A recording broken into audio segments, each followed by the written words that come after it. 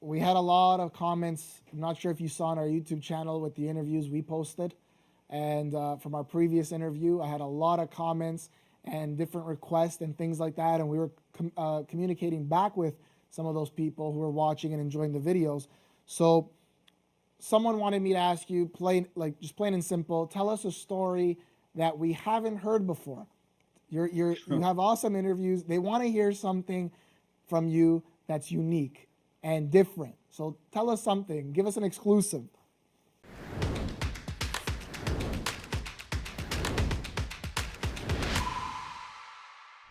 Oh my gosh. I mean, I have to, all I've been doing is telling stories, bro. So I don't know if there's something that you haven't heard yet.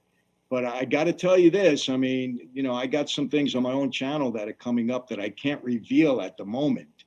I will tell you this, though. I'll be doing shortly a review of the movie The Iceman.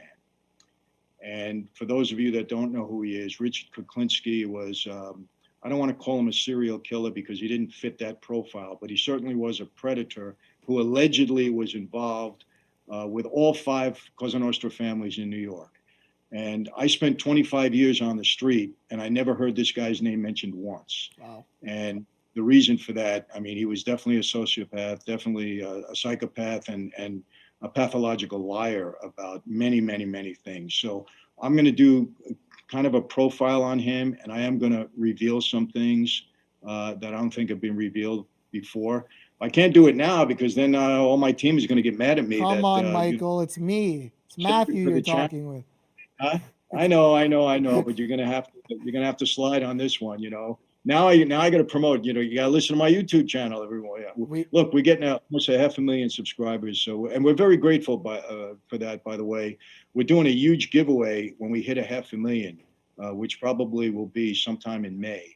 And a huge giveaway just to show gratitude for all the people that are tuning in and enjoying the content, because you got so many choices on YouTube, and the fact that they're tuning into ours, we really appreciate it. But I'm sorry, I got to disappoint you a little bit on this one because I got to save it. But I'm revealing something that nobody else knows now. That is that there will be some revelations coming up, and your people will be aware of it, and they'll tune in. Fair enough. So, yeah, check out Michael Franzese's channel. We're going to send you guys the link. Everybody keeps talking about Sammy the Bull, and Michael Franzese. People were saying all kinds of things. Michael, imagine he gets saved. Michael, that's going to be sick. Epic interview. Are we going to see that interview with Sammy the Bull? Okay. Well, I will tell you this. We have been in, I don't want to say negotiation. We've been in talks, Sammy and I. And I want to make one distinction.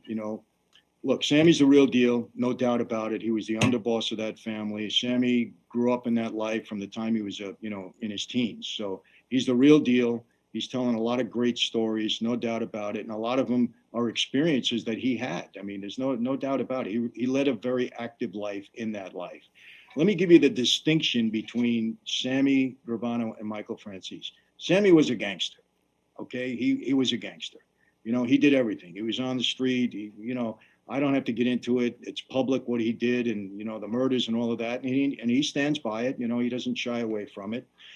I was more of a racketeer, meaning that I'm there to make money. I'm there to support the lifestyle of the mob, because, my friend, without money, that life doesn't exist. And I've said this all the time. You know who contributed greatly to the rise of Cosa Nostra in America? The government. By creating prohibition. That's when we made all the money. That's what started us in this life. That's when Luciano and the guys came afterwards and said, hey, we have an organization here. Now we're going to have to get really organized. And that's when he made the commission and broke it up into the families. It was all built on money, not on guys killing each other in the streets, not on petty little thefts or extortions. When real money came into play, that's when the mafia in America came into existence. And my thing was, hey, I'll do what I have to do when I'm told to do it, because that's the oath that I took, and I'm capable, and I'm going to do it. But I'm a racketeer. I want to make money. And I'll show you new ways to make money, and that's what we'll do. So you got the racketeer and the gangster, okay? That's going to be the face-off if it ever happens. Now, he was with the Gambinos. probably, you know, the bigger of the families, because the Gambinos and the Genovese, they had about 250 made guys that actually took the oath. Colombos, we were one of the smaller families. We had 115 during my time. My boss at the time, Carmine Persico, I used to say, hey, Junior, why don't we make more guys? He said, well, we're into quality, not quantity. I don't know what that meant. I don't know if it was true or what, but, you know, we operated in different ways. So if we do come together, it's going to be a face-off. I can tell you right now, because we were both the real deal, no doubt about it. He operated in his way. I operated in mine. Had we ever clashed, who knows who would have came on top? Because look, Sammy is what he is. He's a real gangster.